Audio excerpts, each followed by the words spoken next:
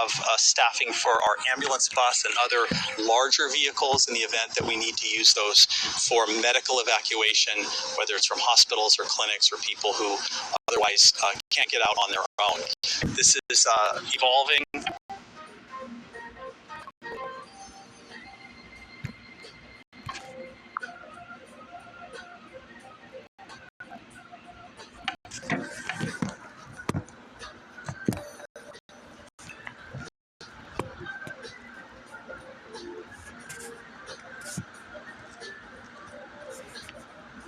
Okay, shalom, shalom. First and foremost, I want to give all praise, honor, and glory to Yahweh, Bashem, Yahushai, Bashem, Rakakadash. Double honors and blessings. I believe, apologies for the technical errors right there. We're mapping this out as the situation unfolds. We were hearing from Jim Ireland, Director of the Emergency Services for the City and County of Honolulu. We heard Lynn in a live interview with Honolulu Mayor Rick Blank. My name is Arya Al-Yahawada, checking in from Oahu, Hawaii. It is currently 3:33 p.m. and this is breaking news. So just listen up. Shalom. Just listen up.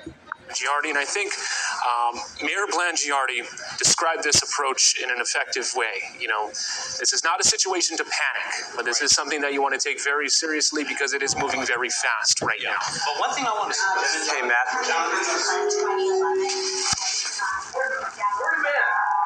Expected to come to Hawaii at 7:17. So looking at my watch very quickly, you've got about, we'll just say 3 hours. You've got 3 hours to do what you need to do. What you need to be doing right now, if you are in a tsunami evacuation zone, you should be getting together and go back if you haven't done so already. You should have a plan to try and get to higher ground. You should know if you are in an evacuation zone. If you are, again, in a high-rise building close to the ocean, you do not need to leave the area. We have vertical evacuations, and this is basically you go to the 4th floor or higher. At last check, when we were looking at the Pacific Tsunami Warning Center site, we could see a lot of places are going to be seeing or could see a tsunami of 0.3, which is a foot, to 1 meter, which is 3 feet. So anywhere from about 1 to 3 feet is the prediction. And this is based on what the water column has had. We haven't had any word on what's happening in the Aleutian Islands, which was placed under the warning and which is the closest area to the Kamchatka site where the earthquake occurred. So, that being said, I think we've been waiting for some data to come from there and maybe some word as to whether an evacuations or a tsunami has actually showed up in that area. The other thing of note that I was looking at earlier this afternoon, there's a whole bunch of tsunami detection buoys around the Ring of Fire, which is where the tectonic plates meet and where earthquakes occur, all the way from the Philippines up through Japan, up to the Aleutians, down the west coast of the United States.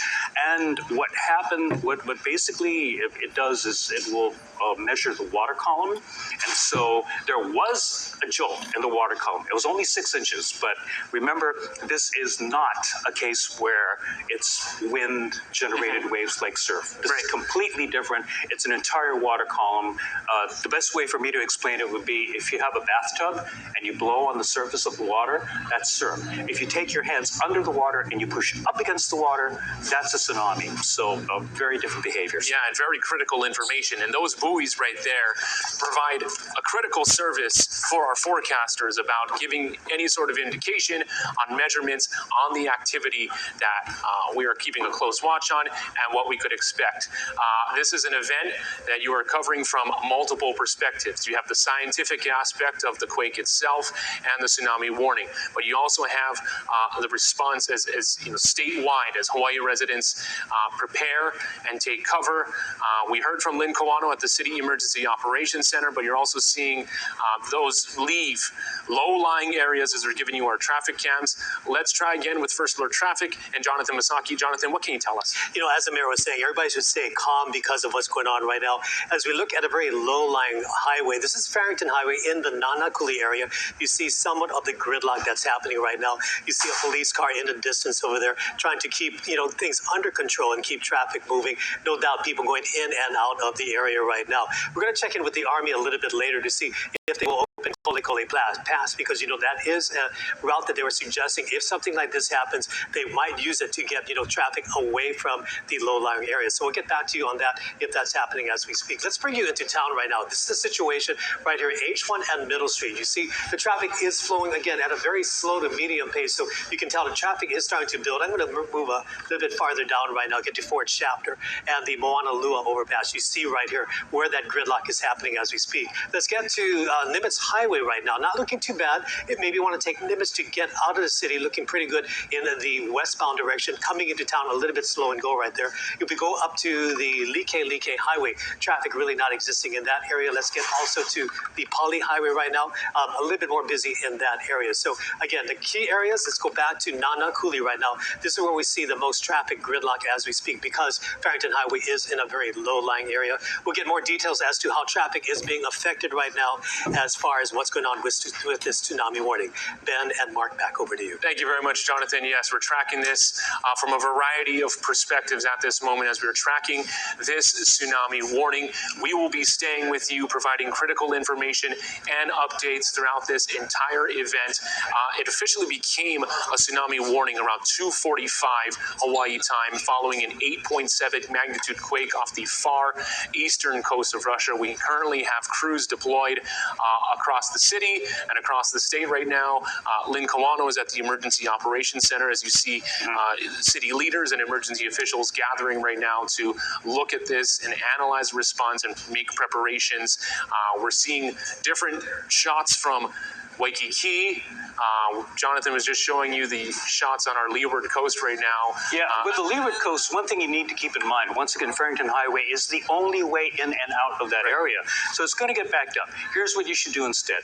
If you have a chance to, do not leave the Waianae coast. If you can, go further inland. I mean, there are places like Makaha Valley, there's Lulu'ule, some places like that, where you can actually go inland and not cause a traffic backup. Because, again, yes, we have 3 hours, but one, do not panic. You have some time to take action here, and so don't go rushing away from the area. Think this out. If you got friends or relatives, and this is not just the Waianae Coast, but anywhere in the islands, if you have friends or relatives who are in higher ground, try and get a hold of them. Conversely, if you are in higher ground, you might want to prepare or get a hold of maybe friends or relatives who are in an evacuation zone, and you might have to at least take them in for now.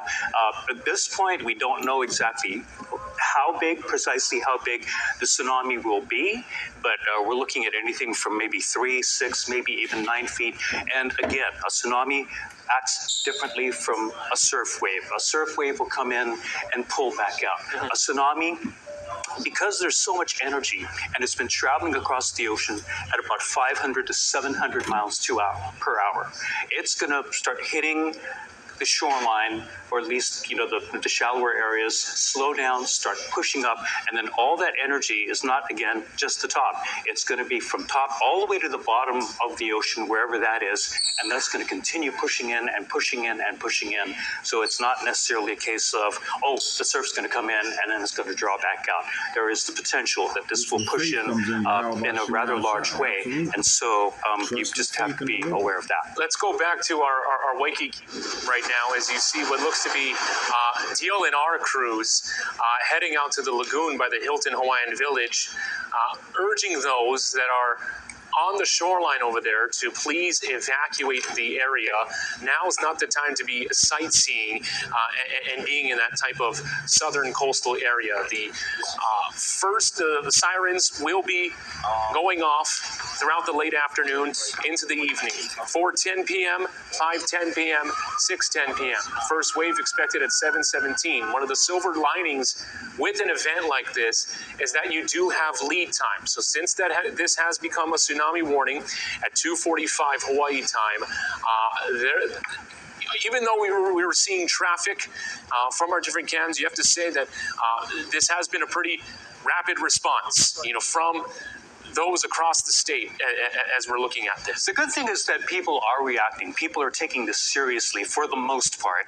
We see maybe some exceptions right now in our live cam from Waikiki, or maybe they are not aware because they might not be on our alert system here in Honolulu. And so once again, there is some time, but if they are in a lower lying area, if they're not in a high-rise building, they need to move away. I know it's a couple of hours out, but at least residents statewide have been taking this very seriously, taking quick action. But again, don't panic. You've got a couple of hours, but just go through that checklist of what you need to have, your go bag, your essentials, important papers, pets even, and know where you're going to go if you have to leave. And this is all part of the emergency response right now. When state and city officials hold emergency briefings and emergency preparedness drills, this is all part of it. So you have state crews going on low-lying areas, urging people that are in attendance to please leave the area.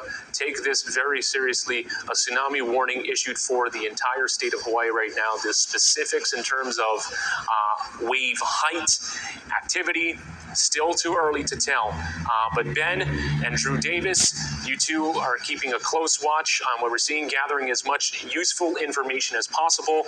What can you tell us about the quake and the ensuing tsunami warning? Yeah, we've been talking a lot about how much time we still have. Again, the earliest estimates, again, for Honolulu, 7:10 p.m. The rest of the state potentially 7:17 p.m. So we still have several hours. So the time now is to prepare. We're actually going to take a look at one of the tools that we use whenever we have a tsunami warning like this. You can see this is the entirety of the Pacific Ocean. You can see each one of these rings right here indicates about an hour for how long the tsunami takes to propagate across the ocean. And Ben, do you want to point out where we're seeing this is right off the coast of Kamchatka, Russia. If we count this out, this is 1 hour from Kamchatka, 2 hours, 3 hours, 4 hours, 5 hours, and then 6 hours. Again, we saw the initial earthquake at 1:30 p.m., so that lines up pretty close to this prediction from, this is directly, I believe, from NOAA. It's a pretty old map, but it still holds up today. And some of the information that we have from previous earthquakes, especially in the same region,